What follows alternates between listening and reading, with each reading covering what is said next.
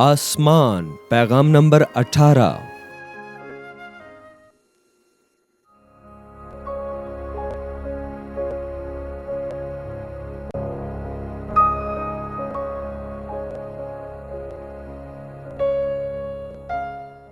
مکاشفہ 21 باب 3 اور 4 آیات۔ پھر میں نے تخت میں سے کسی کو بلند آواز سے یہ کہتے سنا کہ دیکھ، خدا کا خیمہ آدمیوں کے درمیان ہے اور وہ ان کے ساتھ سکونت کرے گا اور وہ اس کے لوگ ہوں گے، اور خدا آپ ان کے ساتھ رہے گا اور ان کا خدا ہوگا۔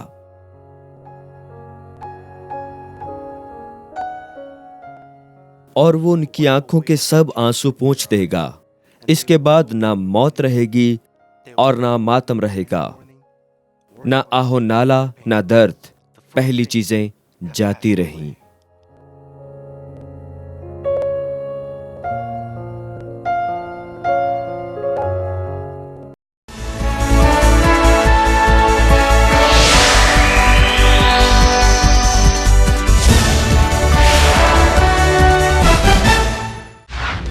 مانمنٹ سینٹرل چرچ بہت سی مقامی اور بین الاقوامی کلیسیاؤں پر مشتمل ہے جو کہ دنیا کے بیشتر ممالک جیسے کہ کینیا، امریکہ، Canada, Japan, France, India, Philippines اور ہنڈورس میں واقع ہیں۔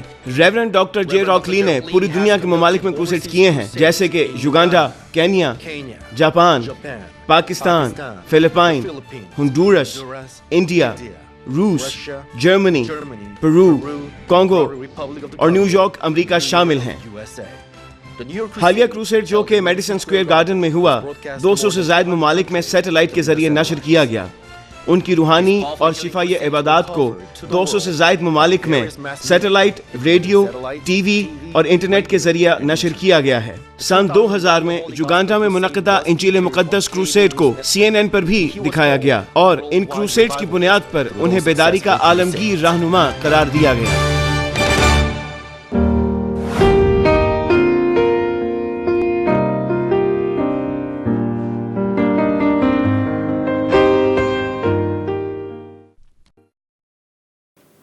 مسیح میں عزیز بہنوں اور بھائیوں، یہ آسمان کے متعلق پیغامات کا 18واں اجلاس ہے۔ گزشتہ ہفتے میں نے اس ثقافت اور زندگی کے بارے بیان کیا تھا جو ہمیں آسمان پر ملے گی۔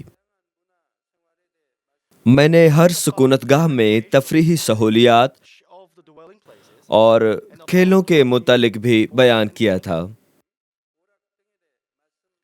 آج میں آسمان میں متعدد ثقافتی رہن سہن کے بارے بیان کروں گا۔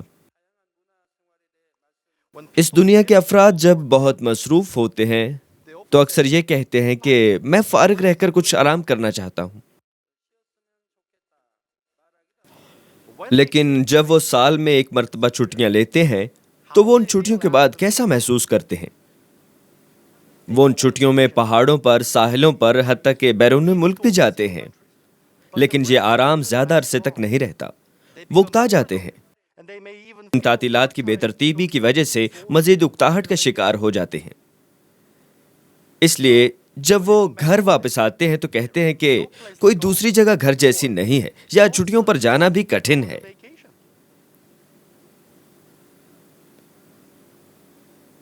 بہرحال آسمان پر آپ جو بھی کریں گے اس سے اکتاہٹ محسوس نہیں کریں گے اور نہ ہی تھکیں گے، بلکہ ہر بات میں شادمان اور مسرور رہیں گے۔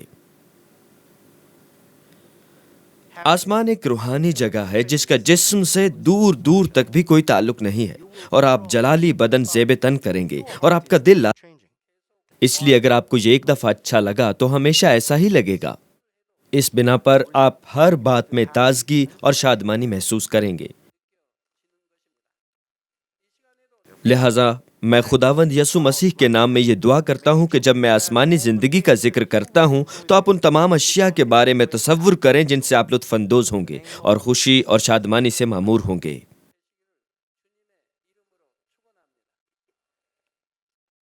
مسیح میں عزیز بہنوں اور بھائیوں، آسمان میں متعدد عیدیں منائی جائیں گی، اور در حقیقت آسمانی ضیافتیں ہی اصل آسمانی زندگی کا مرکز ہیں۔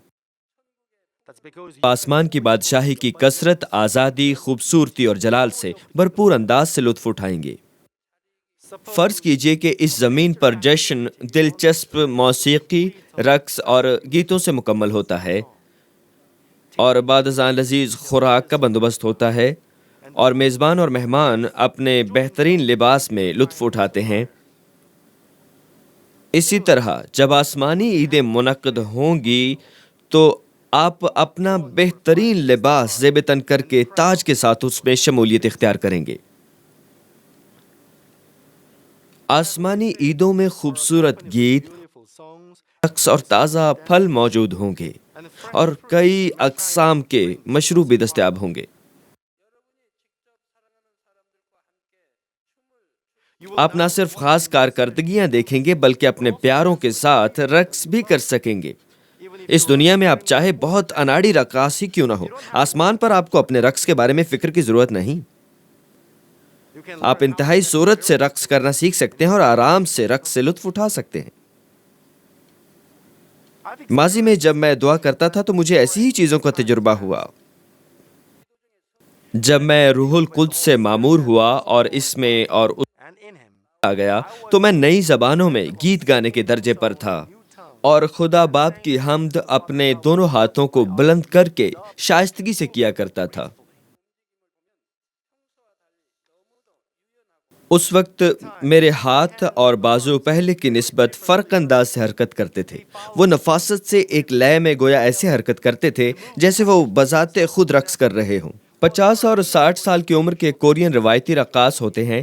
جب آپ انہیں رقص کرتا دیکھتے ہیں تو وہ کوریا کا روایتی لباس پہنے ہوتے ہیں۔ آپ دیکھ سکتے ہیں کہ ان کی انگلیاں اور ان کے جوڑ کس طرح حرکت کر رہے ہیں۔ ان کا رقص ان کی انگلیوں کے جوڑوں سے شروع ہوتا ہے اور نہایت خوبصورت ہوتا ہے۔ وہ حقیقت میں بہت عمدہ رقص کرتے ہیں۔ جب روح القدس کی معموری آپ کے چار سو ہو تو آپ ان کی مانند رقص کر سکتے ہیں۔ اس دنیا میں جب میں پاک روح سے معمور ہوا، اس کے زیر اثر آیا اور اس سے متحرک ہوا تو میں اسی انداز سے رقص کر سکتا تھا۔ تو آسمانی بدن میں آپ کتنا شاندار رقص کریں گے۔ اگر آپ محض رقص کرنا چاہتے ہوں تو آپ آسمانی ضیافت میں کسی بھی قسم کی موسیقی پر رقص کرنے کے قابل ہوں گے اور اپنے رقص سے خدا کو جلال دیں گے۔ جیسے ہم اس دنیا میں مختلف اقسام پیمانے پر مناتے ہیں، آسمان کی بادشاہی میں مزید متعدد اقسام کی ضیافتیں پیمانے اور درجات کے لحاظ سے ہوں گی۔ سب سے پہلے نئے یروشلم میں خدائے ثالوث کے نام میں یہ ضیافتیں منعقد ہوں گی، جبکہ باقی عیدیں باپ یا بیٹے یا روح القدس کے نام میں انفرادی طور پر منعقد ہوں گی۔ جب ضیافتیں خدائے ثالوث کے نام میں منعقد ہوں گی تو یہ وہ موقع ہوگا جب آسمان کی تمام سکونت گاہوں سے بچوں کو دعوت دی جائے گی۔ مثلاً ہم میں سے ہر ایک کے اجر اور جلال کے لیے عظیم سفید تخت کی عدالت کے بعد گاہوں میں داخلے کے بعد پہلی ضیافت نئے یروشلم میں منعقد کی جائے گی۔ ہمارا خدا باپ آسمان کے تمام مقامات میں رہائشی افراد کو ضیافت میں دعوت دے گا۔ نہ صرف آسمان کی تیسری بادشاہی کے افراد بلکہ دوسری اور پہلی بادشاہی اور فردوس کے باسی بھی نئے یروشلم میں منعقدہ تقریب میں شمولیت کے قابل ہوں گے۔ اس وقت کے بعد سے آسمان کی تیسری بادشاہی کے رہائشی ہی تقاریب میں شریک ہو سکیں گے، لیکن پہلی اور دوسری بادشاہی اور فردوس کے باسی ان میں شمولیت اختیار نہیں کر پائیں گے۔ ہر بادشاہی کے صرف نمائندگان ہی شریک ہو سکیں گے۔ جب نئے یروشلم اور آسمان کی تیسری بادشاہی کے افراد کو دعوت تب تشریف فرما ہو سکیں گے، ان کے لیے بیٹھنے کا انتظام ہے، لیکن آسمان کی پہلی دوسری بادشاہی اور فردوس کے نفوس کے لیے بیٹھنے کی جگہ نہیں بچتی ہے۔ فردوس میں لاتعداد اور آسمان کی پہلی اور دوسری بادشاہی میں بے شمار افراد ہیں۔ تیسری بادشاہی میں بہت زیادہ نہیں ہے۔ نئے یروشلم میں یہ کافی کم ہے۔ گو کہ تمام افراد کو دعوت عام ہوتی ہے، لیکن صرف نمائندگان ہی ضیافت میں شامل ہو سکتے ہیں۔ چاہے فردوس کے مکین کو دعوت ہو، لیکن پھر بھی وہ جا نہیں سکتے کیونکہ انہیں بہت افسوس ہوتا ہے۔ میں اس کے متعلق آپ کو پہلے ہی بتا چکا ہوں۔ بہرحال نئے یروشلم کے مکینوں کے علاوہ نئے یروشلم میں منعقد شدہ ضیافت میں تمام سکونت گاہوں کے افراد میں شمولیت کرنا ہوگی۔ نئے یروشلم کی ضیافت میں شریک ہونے کے لیے مناسب لباس پہننے کی وجہ یہ ہوگی کہ ہر شخص سے خارج ہونے والی روشنی کی جگمگاہٹ فرق ہوگی۔ نئے یروشلم اور آسمان کی تیسری بادشاہی کے افراد کو لباس تبدیل کرنے کی ضرورت نہیں ہوتی، لیکن ایسا فردوس اور آسمان کی پہلی اور دوسری بادشاہیوں کے باسیوں کے ساتھ نہیں ہے۔ انہیں اپنا لباس بدلنا ہوگا۔ یہ بالکل ایسا ہی ہے جیسے لوگ سورج کی تیزی کو کم کرنے اور دیکھنے کے لیے دھوپ کا چشمہ پہنتے ہیں۔ جب آپ چلچلاتے سورج کو بلاواسطہ آنکھوں سے آنسو بہہ نکلتے ہیں، کیا آپ سورج کو بالواسطہ دیکھ سکتے ہیں؟ لیکن جب آپ نے گاڑھے دھوپ کا چشمہ پہنا ہوتا ہے تو آپ ایسا کر سکتے ہیں۔ جب سورج پوری آب و تاب سے چمکتا ہے تو لوگ اپنی بصارت کے حساب سے سورج کی جگمگاہٹ کے لیے دھوپ کا چشمہ پہنتے ہیں۔ دیگر بادشاہیوں کے افراد کا نئے یروشلم میں داخلے کے لیے لباس کا بدلنا بھی دھوپ کے چشموں کے بدلنے کی ہی مانند ہے۔ ایسا اس لیے ہے کہ نئے یروشلم کی تابانی اور جگمگاہٹ آسمان کی کسی بھی دوسری جگہ سے زیادہ ہے۔ جب سے ہم نے اس مذبح کو انتہائی روشن رکھا ہوا ہے اور چھت کی روشنیاں بہت اور وہ گرم بھی ہیں، اگر آپ یہاں آئیں اور ان بتیوں کو بلا واسطہ چند سیکنڈ کے لیے دیکھیں تو آپ دوسری اشیاء کو دیکھنے کے قابل نہیں ہوں گے۔ لیکن میں ان تیز بتیوں کے نیچے اب تک گزشتہ 24 برسوں سے ہوں، لیکن پھر بھی میری آنکھیں ٹھیک ہیں۔ میں دوپہر کو سورج کو بالواسطہ بھی دیکھتا ہوں۔ بس میرے خیال میں میری آنکھیں بہت عمدہ ہیں۔ میں اس بات کو تسلیم کرتا ہوں کہ میری بصارت بہت اچھی ہے۔ اگر وہ اپنے کپڑے نہ بدلیں تو نئے یروشلم کی ضیافت میں شریک ہونے کے باوجود ان کی آنکھیں چندھیائی رہیں گی۔ جب وہ نئے یروشلم کی تیاری میں مناسب لباس پہنتے ہیں، ماحول میں آسانی سے گھل مل سکتے ہیں۔ یقیناً جب وہ اپنے کپڑے بدلتے ہیں تو ایسا لباس پہنتے ہیں جو نئے یروشلم کی ضیافت کے لیے مناسب ہو، لیکن وہ اپنے شخصی کپڑوں میں سے چاہے جس قدر بہترین کپڑے ہی کیوں نہ پہن لیں، وہ نئے یروشلم کے باسیوں کے لباس کے مقابلے میں چیتھڑے ہی لگیں گے۔ کیا آپ خدائے سالوس کے نام میں منعقد ہونے والی ضیافت میں شرکت کے لیے چیتھڑوں کی مانند لباس پہننے کی جرت کر سکیں گے؟ پس آسمان کی دوسری بادشاہتوں کے مکینوں کے لباس تبدیل کرنے کے لیے علیحدہ کمرے ہوں گے۔ ان کمروں میں بے شمار ایسے کپڑے ہوں گے جو موزوں ہوں گے اور فرشتے کپڑے تبدیل کرنے میں ان کی مدد کریں گے۔ آپ کو اپنے بازو تک نہیں اٹھانے پڑیں گے۔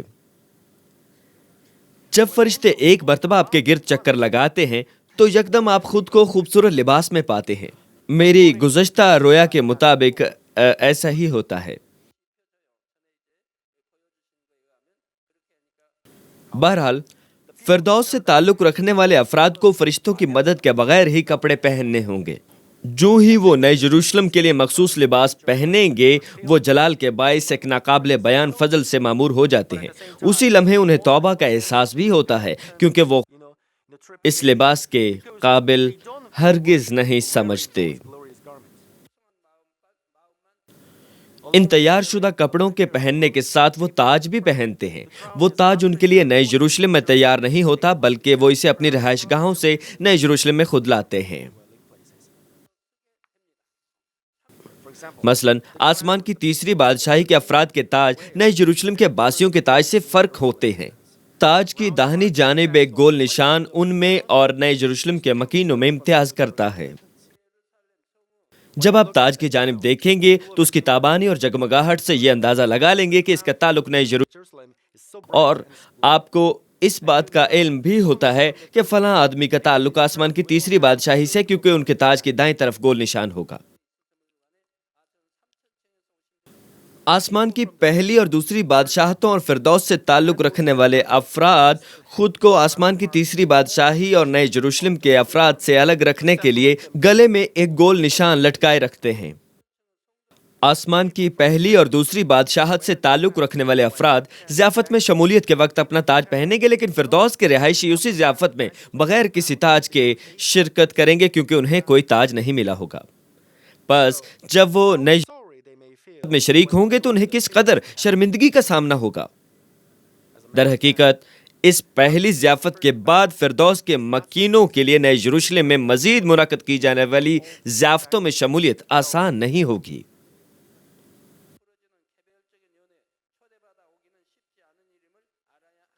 چونکہ وہ خدا سے پہلی ملاقات کے لیے پہلی ضیافت ہوتی ہے، اس لیے فردوس کے نمائندگان وہاں موجود ہوتے ہیں۔ لیکن بعد ازاں جب خداوند، پاک روح اور کسی بھی دوسرے نبی کی جانب سے دی جانے والی ضیافت کا انعقاد ہوتا ہے تو دعوت ملنے کے باوجود وہ وہاں نہیں جا سکتے. انہیں بہت افسوس ہوتا ہے. وہ وہاں اس لیے نہیں جا پاس کوئی تاج نہیں ہوتا. ضیافت میں نہ جانا نافرمانی نہیں گردانا جاتا، اس لیے وہ وہاں نہیں جاتے.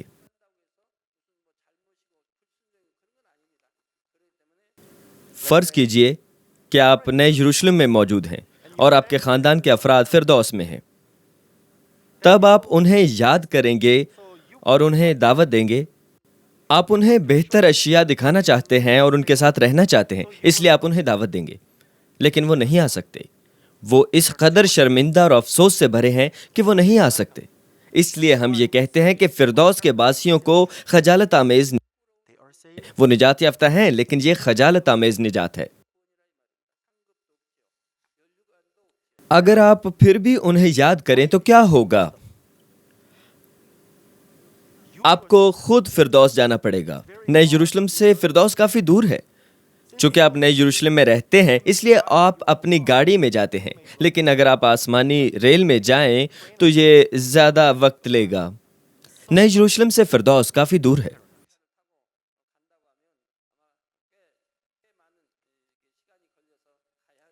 بعد میں بعنوان نیا یروشلم کے سیشن میں آپ کو وہاں منعقد ہونے والی ضیافت کی تفصیل بتاؤں گا. آسمانی ضیافتوں میں ہر چیز فرشتوں کی تیار شدہ ہوگی. ہر پہلو جن میں سجاوٹ، خوراک، میزبانی اور خدمت شامل ہے، سب فرشتے ہی ترتیب دیتے ہیں.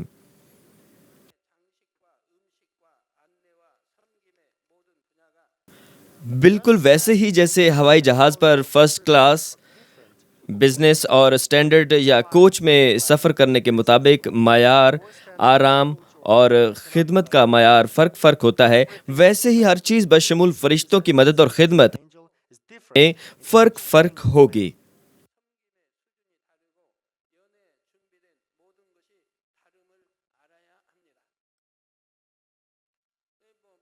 ہوائی جہاز میں اکانومی اور فرسٹ کلاس کی نشستوں میں بے حد فرق ہوتا ہے. اکانومی اور بزنس کلاس میں بھی بے حد فرق ہوتا ہے. فرسٹ کلاس میں فضائی میزبان زیادہ تعلیم یافتہ اور بہتر خدمات پیش کرتے ہیں. ہلکی پھلکی کھانے والی چیزیں بھی کسی وقت مہیا کی جاتی ہیں. مکمل کھانا اور ہلکی پھلکی خوراک اکانومی کلاس میں مجموعی طور پر فراہم کی جاتی ہیں، لیکن فرسٹ کلاس میں یہ کسی بھی وقت فراہم. 1980 میں نے چند مرتبہ فرسٹ کلاس میں سفر کیا تھا. کیا وہ 1990 کی بات ہے؟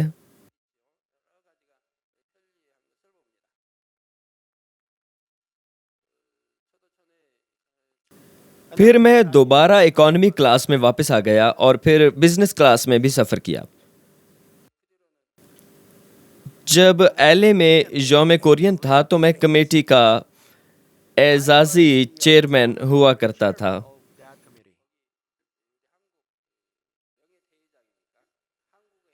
نومبر میں منعقد ہوئی اور انہوں نے مجھے اس لیے دعوت دی کیونکہ میں اعزازی چیئرمین تھا.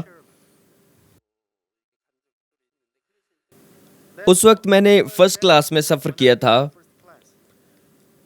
تب مجھے علم ہوا کہ فرسٹ کلاس کیسی ہوتی ہے. پھر میں نے اکانومی اور بزنس کلاس میں بھی سفر کیا. اب میں فرسٹ کلاس میں سفر نہیں کرتا کیونکہ مجھے فرق کا علم ہے، میں نے ان میں سفر کیا ہے. لیکن اب مجھے فرسٹ کلاس میں سفر کیے کافی عرصہ بیت چکا ہے. جیسے ابتدائی اسکول اور کالج کی تقریباً کے حساب سے مکمل طور پر فرق ہوتی ہیں، اسی طرح فردوس اور نئی یروشلم کی ضیافتوں میں بھی فرق ہوتا ہے. اس ضمن میں فردوس میں منعقدہ تقاریب ضیافت کہلانے کے لائق نہیں ہوتی، جیسے نئی یروشلم میں تقاریب ضیافت کہلاتی ہیں. میں آپ کو زمینی تمثیلیں پیش کرتا ہوں تاکہ آپ کو سمجھنے میں بہتر طور پر مدد ملے.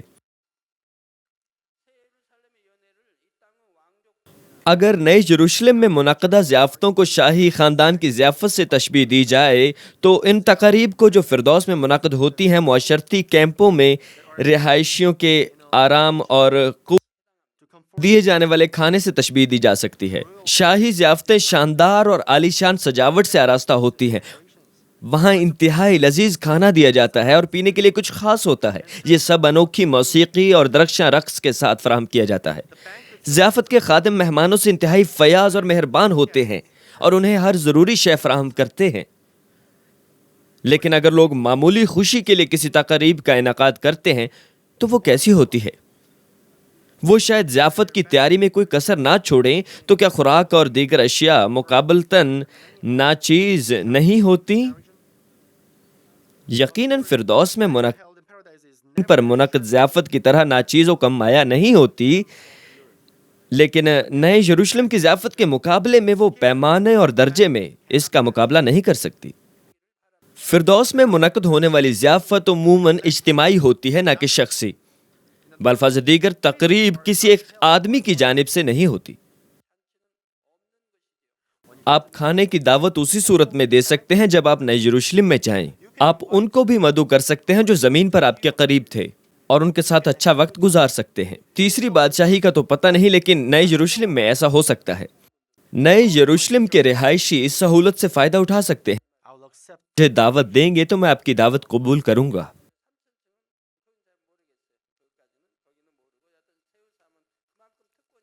اگر آپ مجھے بلائیں گے تو میں آپ کے کھانے پر آؤں گا۔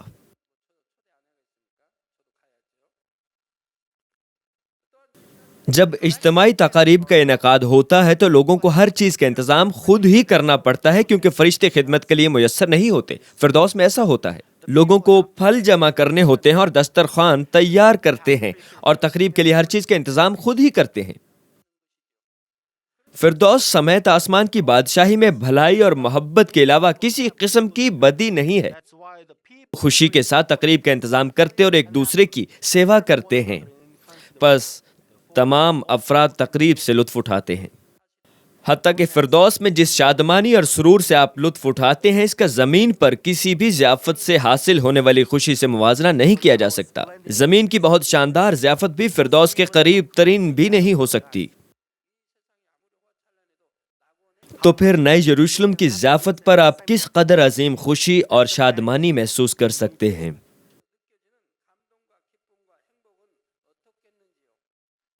مسیح میں عزیز بہنوں اور بھائیوں، رقص اور گانے کسی بھی ضیافت ہوتے ہیں۔ اسی طرح آسمانی ضیافتوں میں بھی رقص اور موسیقی انتہائی اہمیت کے حامل ہیں۔ آسمانی ضیافت میں فرشتے رقص کرتے، گیت گاتے اور طرح طرح کے موسیقی کے ساز بجاتے ہیں، لیکن ہمارا آسمانی باپ اپنے فرزندوں کا رقص، تعریف اور ساز بجانا زیادہ خوشی سے قبول فرماتا ہے۔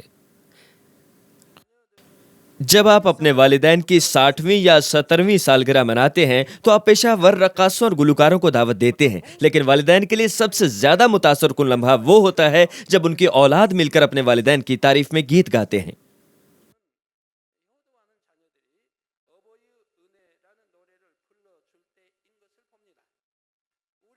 ہمارے آسمانی باپ کے معاملے میں بھی ایسا ہی ہے۔ فرشتے چاہے جس قدر ہی شاندار اور خوبصورت انداز سے ناچیں اور گائیں، لیکن خدا اپنے بچوں کی پرستش اور رقص سے زیادہ خوش ہوتا ہے۔ نئے یروشلم میں خدا کے ان فرزندوں کی کارکردگی کے لیے خاص گھر مخصوص ہے جنہوں نے زمین پر حمد و ثنا، رقص اور کارکردگی کی بنا پر خدا کے نام کو جلال دیا ہوگا۔ مثلاً بہت سے فنکار اور پرفارمرز دنیا کے نامور سٹیجز پر کھڑے ہونے کی خواہش رکھتے ہیں، جیسے نیو یارک میں واقع Carnegie hall, medicine square garden یا پھر آسٹریلیا میں موجود اوپرا ہال۔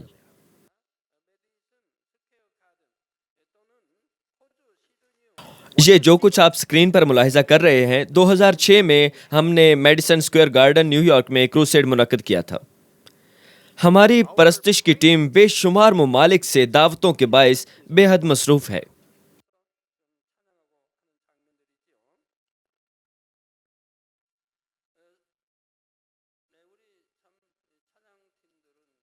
نئے یروشلم میں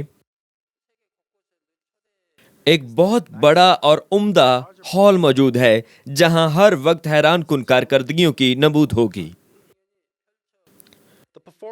سب کارکردگیاں خود پر شیخی مارنے کے لیے نہیں ہوتی، بلکہ صرف ہمارے خدا باپ کے جلال اور خداوند کی اور خدا کے بچوں کی خوشی اور شادمانی کے لیے ہوتی ہیں۔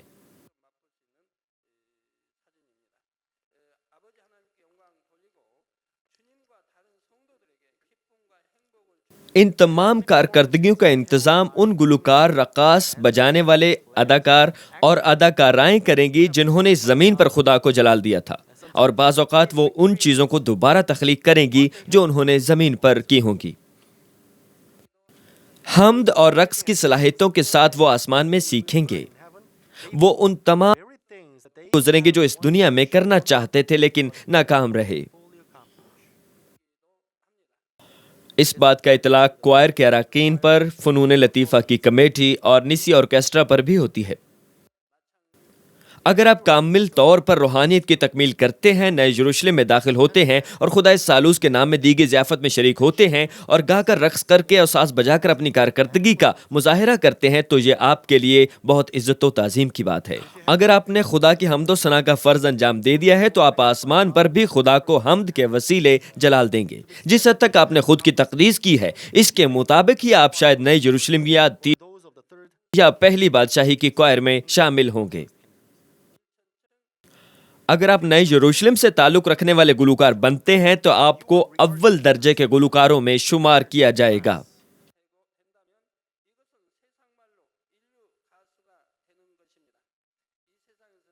اس دنیا میں بہت سے لوگ اول درجے کے گلوکار بننے کی کوشش کرتے ہیں، اور حتیٰ کہ جب وہ اول درجے کے گلوکار بن بھی جائیں تو انہیں بہت کوشش کرنا پڑتی ہے۔ وہ اس مقام کو قائم رکھنے کے لیے بہت محنت کرتے ہیں۔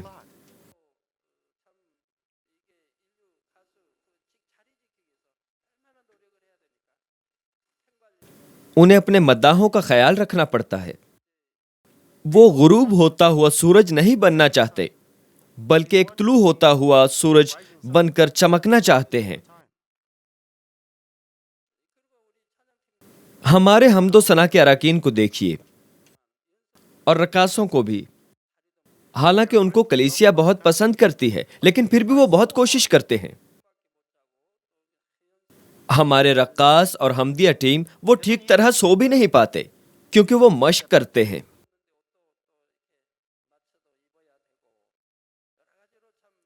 لیکن پھر بھی کلیسیا انہیں بہت پیار دیتی ہے، تو بہت سے لوگ اس مقام کو قائم رکھنے کی کوشش کرتے ہیں۔ لیکن فردوس میں آپ کو پریشان ہونے کی ضرورت نہیں، آپ کو بہت زیادہ محنت کی ضرورت نہیں، نہ ہی آپ اکتائیں گے اور نہ ہی تھکیں گے۔ آپ پہلے ہی اول درجے کے گلوکار ہیں۔ آپ ہمیشہ کے لیے اول درجے کے گلوکار رہیں گے۔ آپ کو اپنا معیار کھو جانے کے لیے پریشان نہیں ہونا۔ اگر آپ نئے یروشلم میں اول درجے کے گلوکار ہیں اور پہلی، دوسری یا تیسری بادشاہت میں جاتے ہیں تو آپ کو دیکھنے کے لیے بہت سے لوگ جمع ہو جائیں گے۔ آپ کو دیکھنے والا مجمع بہت بڑا ہوگا۔ آپ کو جاننا چاہیے کہ خدا کے سامنے اس کی حمد کرنا بہت تعظیم کی بات ہے۔ آپ کو یہ جاننا چاہیے۔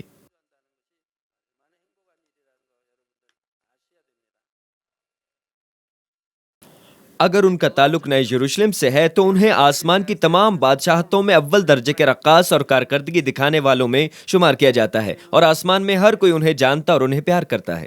وہ چاہے تیسری، دوسری، پہلی بادشاہی میں یا فردوس میں چلے جائیں تو لوگ وہ انہیں پہچانتے ہیں اور ان کے لیے اپنی محبت کا اظہار کرتے ہیں۔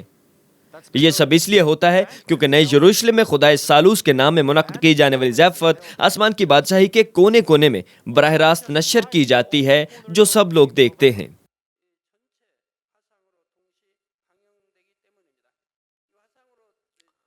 جب کوئی ضیافت خدا باپ کی طرف سے ہوتی ہے یا خداوند یا روح القدس کی جانب سے ہوتی ہے، جو کہ عموماً کبھی کبھار ہی ہوتی ہے، لیکن یہ ایک خاص موقع ہوتا ہے، اور ایسا خدا باپ کی ضیافت کے معاملے میں ہی ہوتا ہے۔ خدا باپ کی ضیافتوں کے مقابلے میں خداوند کی طرف سے منعقدہ ضیافتیں اکثر اوقات ہی ہوتی رہتی ہیں، اور دیگر ضیافتوں کا میزبان روح القدس ہوتا ہے۔ ان ضیافتوں کے انعقاد کے وقت چونکہ یہ تمام آسمان پر نشر ہو رہی ہوں گی، اس لیے فردوس کے افراد کو بھی ان کو دیکھنے کا موقع ملے گا۔ کوئی بھی ان ضیافتوں میں شرکت کے موقع کو جانے نہیں دے گا۔ میرے خیال میں آپ کو پہلے یہ بیان کر چکا ہوں کہ نئی یروشلم میں منعقدہ ضیافتیں ٹی وی یا اسی قسم کی کسی چیز پر نشر نہیں ہوں گی۔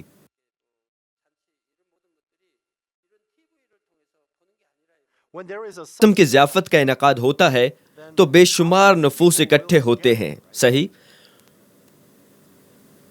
وہ ایک انتہائی بڑی جگہ پر جمع ہوں گے تاکہ آزادی سے دیکھ سکیں۔ پھر اسکرین فضا میں معلق کی جائے گی۔ اس اسکرین کا معیار بہت عمدہ ہوگا۔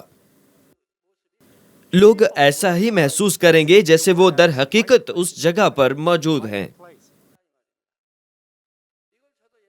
مجھے ایسی اسکرین کو ڈائی جی آن کی نمائش میں دیکھنے کا اتفاق ہوا۔ وہ ایسی چیزوں کی نمائش دریا کی سطح پر کرتے تھے کہ وہ آسمانی اسکرین جیسی تو تھی لیکن ویسی واضح نہیں تھی۔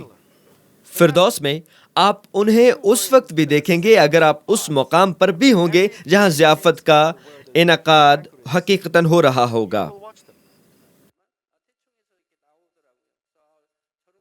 اسکرین انتہائی موزوں فاصلے پر نصب ہوگی تاکہ ہم آرام دہ انداز سے سب کچھ دیکھ سکیں۔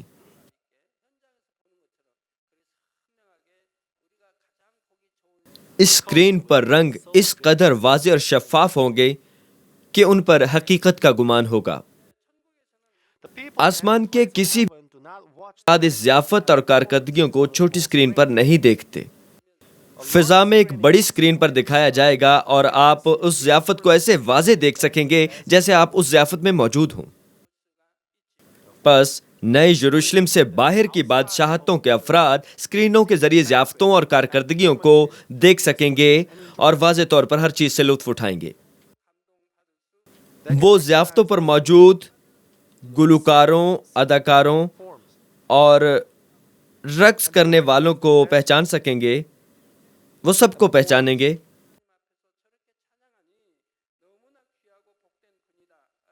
آپ کو نہیں لگتا کہ آپ کو خدا باپ کے سامنے کھڑے ہونے کے لیے پہلے درجے کا ہونا چاہیے؟ تو پھر کون پہلے درجے کا بن سکتا ہے؟ یہ وہ لوگ ہیں جو نئے یروشلم میں داخل ہوتے ہیں۔ تیسری بادشاہی میں داخل ہونے والے دوسرے درجے پر ہوں گے اور دوسری بادشاہی کے لوگ تیسرے درجے پر ہوں گے اور پہلی بادشاہی کے لوگ چوتھے درجے پر۔ فردوس کے مکینوں کے لیے کوئی درجہ نہیں ہے، لیکن نئے یروشلم کے تمام شہری پہلے درجے کے نہیں ہیں۔ تو چاہے وہ سب پہلے درجے کے نہ بھی ہوں، پھر بھی ان میں سے کچھ لوگ ناچ اور گانا جانتے ہوں۔ کیا لگتا ہے کہ جب ضیافت ہوگی تو ناچ اور گانا نہیں ہوگا؟ آپ ان کو بلائیں گے جو یہ کام اچھے سے کر سکیں۔ تو پہلے درجے کا کون بن سکتا ہے؟ وہ جو خود کو پاک کرتے ہیں اور اپنے دلوں کی گہرائیوں سے خدا کی حمد کرتے ہیں، وہ پہلے درجے پر آئیں گے۔ ان تمام افراد کا جو پرستش گروپوں کے رقص کے گروپوں کے نسی آرکیسٹرا اور روایتی سالم کورین ٹیم کے رکن ہیں۔ نئے یروشلم میں داخل ہونا اس بات پر منحصر ہے کہ انہوں نے کس قدر عمدگی سے اپنے دل کی گہرائیوں سے حمد کی۔ وہ ایسے لگتے ہیں۔ اگر آپ نے ایسا دل کی گہرائیوں سے نہیں کیا تو آپ نئے یروشلم میں داخل نہیں ہو سکتے۔ آپ کو لازماً اپنی تقدیس کرنا ہے اور ایسا آپ کو اپنے دل کی گہرائیوں سے کرنا ہے۔ ایک بار جب آپ نئے یروشلم میں داخل ہو کر بہترین فرد بن جائیں گے تو آپ کو ہمیشہ ہمیشہ کے لیے ایک پہچان مل جائے گی اور آپ کو جلالی فرائض سونپے جائیں گے۔ کیا میں اسے تھکوں گا نہیں؟ میں نے آپ کو بتایا تھا کہ آسمان پر کوئی خوابگاہ موجود نہیں ہے۔ آپ یہ دیکھ کر کس قدر مسرور ہوں گے کہ لوگ آپ کو اور آپ کی گائیکی کو ہیں۔ آپ خدا کے جلال اور آسمان کے افراد کی خوشی اور راحت کے لیے گاتے ہیں، تب آپ کس قدر خوش ہوں گے۔ اور چونکہ آپ کی کارکردگی تمام آسمان پر نشر کی جائے گی، اس لیے ہر ایک آنکھ آپ کو دیکھے گی۔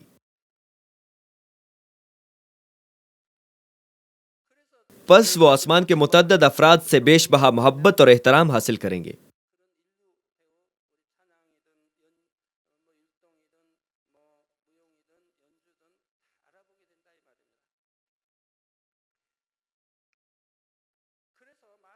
اس مانمن کلیسیا کے یا نسی آرکیسٹرا کے اراکین، چاہے پرستار یا رقاص ان کی تقدیس ہوگی اور وہ نئے یروشلم میں داخل ہوں گے، کیا وہ بہترین نہ کہلائیں گے؟ یہاں آپ کس قدر بھی اچھے ہوں، اگر آپ نئے یروشلم میں نہیں جاتے بلکہ دوسری بادشاہی میں جاتے ہیں تو آپ فقط دوسری بادشاہی میں ہی بہترین کہلائیں گے، اور تمام جنت میں آپ بہترین نہ ہوں گے۔ صرف وہی جو نئے یروشلم میں داخل ہو پائیں گے پوری جنت میں بہترین کارکردگی دکھانے والے کہلا پائیں گے۔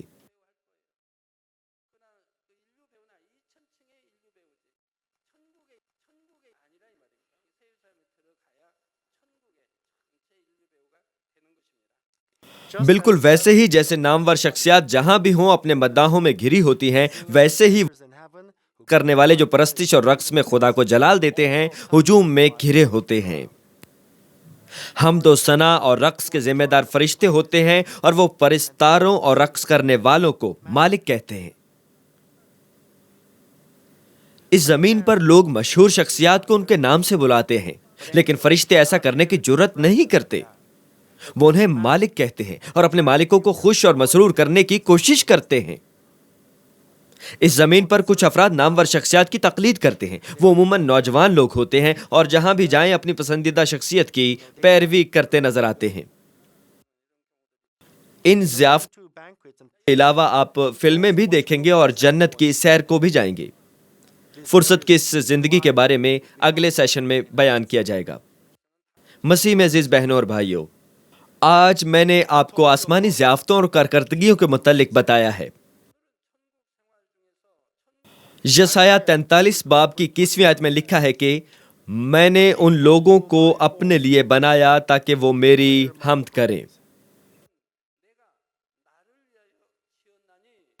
ہمارا خدا باپ لشکروں کا خدا حمد کو بہت پسند کرتا ہے۔ وہ اپنے بچوں کی حمد و ثنا سے راحت پاتا ہے، کہ حمد و ثنا سننا بہت پسند کرتا ہے۔ آپ کے خیال میں کیا خدا بھی گا سکتا ہے؟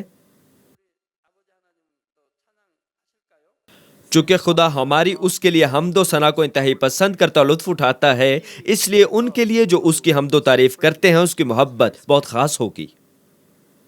اور ان کے لیے بھی یہ بات سچ ہے جو رقص اور بجانے کے وسیلے خدا کی پرستش کرتے ہیں۔ خدا فنون لطیفہ کی کمیٹی کو یہ بتاتا آیا ہے کہ خود کو پاک کریں، اور وہ انہیں یہ بتاتا رہا ہے کہ وہ بدن کا گناہ نہ کریں، چاہے اس زمین دار اور مستعد ہی کیوں نہ رہے ہوں۔ اس کا کیا فائدہ کہ آپ نجات حاصل نہ کر سکیں؟ یہ کتنے افسوس کی بات ہے کہ آپ محض فردوس میں یا پہلی بادشاہی میں ہی داخل ہو پائیں۔ چونکہ آپ سب نے خدا کے جلال کے لیے حمد و ثنا کی ہے، تو کیا یہ بہتر نہ ہو کہ آپ سب نئے یروشلم میں جائیں اور وہاں خدا کی حمد کریں، وہ بھی ہمیشہ کے لیے؟ بہرحال ہمارا خدا باپ ظاہر پر نظر نہیں کرتا، لیکن وہ باطن پر نگاہ کرتا ہے۔ خدا سریلی آواز یا رقص یا کارکردگی سے لطف نہیں اٹھاتا، بلکہ یہ انسان کے دل کی حالت ہے جسے خدا قبول کرتا ہے۔ ایک مرتبہ جب ہم کنعان کا عبادت خانہ بناتے ہیں تو بیرون ملک سے کئی مہمان بھی آتے ہیں۔ ایک مرتبہ جب ہم گرینڈ عبادت خانہ تعمیر کر لیں گے تو لاتعداد افراد اسے دیکھنے کے لیے آئیں گے۔ بے شمار طرز کی ضیافتیں ہوں گی اور ہمیں کئی پرستش اور کارکردگی کے گروپوں کی ضرورت ہوگی۔ خدا سریلی آوازیں اور خوبصورت رقص قبول نہیں کرتا، بلکہ دل سے اٹھنے والی خوشبو قبول کرتا ہے۔ وہ افراد جو پاک ہیں اور نیکی، مہربانی، محبت اور اقدار کے مالک ہوں گے، دوسرے لفظوں میں وہ جو مالک ہوں گے، گائیں گے، رقص کریں گے۔ کیا آپ یہ نہیں سوچتے کہ خدا اس سے انتہائی خوش ہوگا؟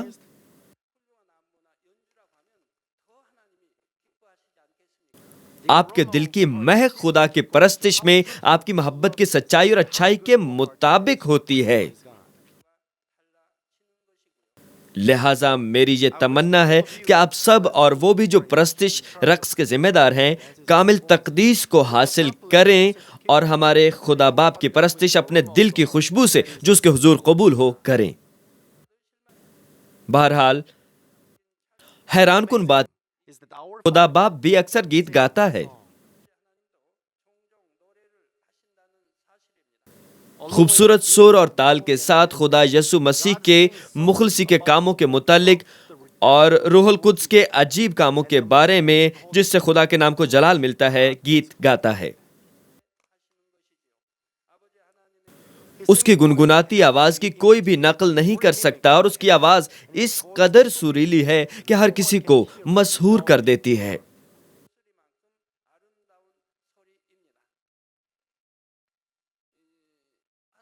جو بھی اس کی آواز کو سنتا ہے وہ یہ یاد کہ وہ کس قدر شفاف، پرشکوہ اور گونجدار آواز ہے۔ وہ اس آواز کو کبھی نہیں بھول سکتے۔ وہ جنہوں نے خدا باپ کی آواز سنی ہے وہ اسے کبھی نہیں بھولتے۔ کیوں؟ کیونکہ یہ صاف، واضح اور گونجدار آواز دل کی گہرائیوں کو چھوتی ہے۔ اس کے احساسات، نقش اور جذبات کبھی بھی دل سے نہیں مٹ سکتے۔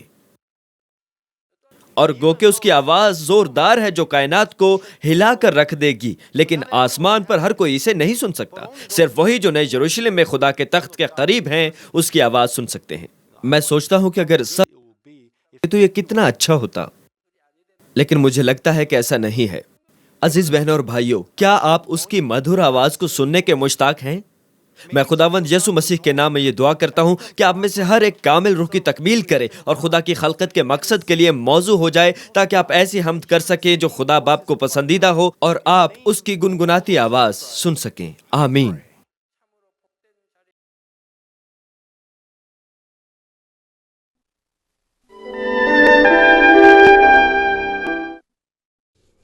بیماروں کے لیے دعا۔ Pray for all those who are sick. Place your hand on میں ان سب لوگوں کے لیے دعا کروں گا جو بیمار ہیں۔ this prayer. آپ اپنے بدن کے اس حصہ پر اپنا ہاتھ رکھ لیں جہاں پر بیماری ہے اور اس دعا سے استفادہ کیجیے۔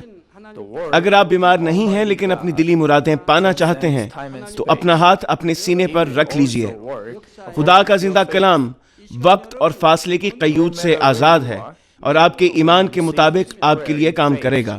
You will surely آپ جہاں کہیں بھی ہوں، اگر ایمان کے ساتھ اس دعا کو قبول کریں گے تو آپ خدا کی قدرت کے حیران کن کام دیکھیں گے۔ lay your hand hallelujah.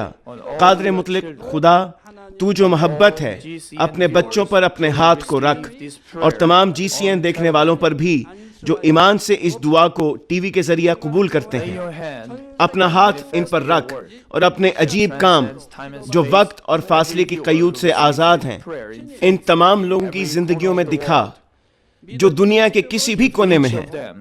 ان کو ایسا ایمان عطا فرما جس کے وسیلہ سے ان کے تمام شکوک و شبہات ختم ہو جائیں، ان کی زندگی سے تمام دکھ اور مشکلات جاتی رہیں۔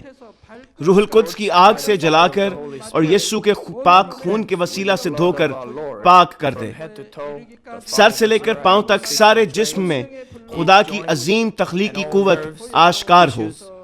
میں خداوند یسوع مسیح کے نام سے دشمن ابلیس اور شیطان، تمام بیماریوں، جراثیموں اور کمزوریوں کو حکم دیتا ہوں کہ ان بدنوں سے الگ ہو جائیں۔ Go away. تمام چھوت کی بیماریاں جاتی رہیں۔ Go away. ہر وہ بیماری جو لا علاج ہے اور نئی دریافت شدہ بیماریاں روح القدس کی آگ سے جل کر بھسم ہو جائیں۔ Scorched by the آپ بیماری سے پاک ہو کر زور پائیں۔ معدے کا کینسر، پھیپھڑوں کا کینسر، رحم کا کینسر، جلد کا کینسر، آنتوں کا کینسر، ایڈز، لوکیمیا، ذہنی امراض، دل کا عارضہ، پھیپھڑوں کی بیماریاں، ہر قسم کے زنانہ امراض، بلند فشار خون، شوگر، جلدی امراض، ہر قسم کی سوجن جاتی رہیں۔ پولیو، فالج، جوڑوں کا درد اور کمر کا درد یسوع مسیح کے نام میں ختم ہو جائیں۔ ہر قسم کا سر درد اور حادثات کے نتیجے میں پیدا ہونے والی ہر جسمانی تکلیف یسوع کے نام میں جاتی رہے۔ all after effects. بیماری کی وجہ سے تھکان، نزلہ، زکام اور گلر جیسی بیماریاں روح القدس کی آگ سے جل کر بھسم ہو جائیں۔ مرگی، ذہنی معذوری، ذہنی دباؤ اور تمام ذہنی بیماریاں یسوع مسیح کے نام سے جاتی رہیں۔ ہر قسم کی تاریکی ختم ہو جائے اور ان کے دلوں میں اطمینان اور شادمانی آ جائے۔ خدا باپ تخلیق کی عظیم ترین قوت کے وسیلہ سے یہ جسم جو کمزور ہو چکے ہیں دوبارہ سے زور پائیں، فالج کے جکڑے آزاد ہو جائیں اور لنگڑے چلنا اور چھلانگے لگانا شروع کریں، نظر کی کمزوری جاتی رہے، بہرے سننا شروع کر دیں، اندھے بینائی حاصل کریں اور گونگے لوگ بولنا شروع کر دیں۔ خدا باپ بانجھ خواتین کو اولاد کی برکت عطا فرما، ٹوٹی ہڈیوں کو جوڑ دے اور جسم کے تمام جلے ہوئے حصے مکمل طور پر شفا یاب ہو جائیں۔ نشہ کی لعنت میں گرفتار لوگوں کو روح القدس کی آگ کے وسیلہ سے پاک اور صاف کر دے، جسم کے تمام مردہ خلیے زندہ ہو جائیں، تمام تاریکی جاتی رہے اور ابلیس کی قوتیں نکل جائیں۔ میں یسوع مسیح کے نام سے حکم دیتا ہوں کہ دشمن ابلیس، شیطان اور ہوا کی عملداری کا حاکم اپنا قبضہ چھوڑ دیں اور ان کے تمام قاصد بھی یسوع مسیح کے قادر نام میں نکل جائیں۔ تاریکی کی ناپاک، دھوکہ دینے والی اور گمراہ کر دینے والی قوتیں یسوع کے نام میں دور ہو جائیں۔ بے ایمانی اور نا انصافی کی بدروہیں جاتی رہیں، تمام تاریکی جاتی رہے، تیرا نور چمکے۔ خدا باپ ان کی روحوں کو بھی ان کے جسم کے ساتھ مضبوط فرما، ان کو قوت دے کہ یہ تجھ کو پکار سکیں، ان کو قوت دے کہ یہ اپنے گناہوں کو ترک کر سکیں، ان کی جانیں اس دنیا میں راحت پائیں اور ان کی زندگیاں خوشحال ہوں۔ ان کی دعاؤں کو قبول فرما اور ان کی دلی مرادوں کو پورا فرما۔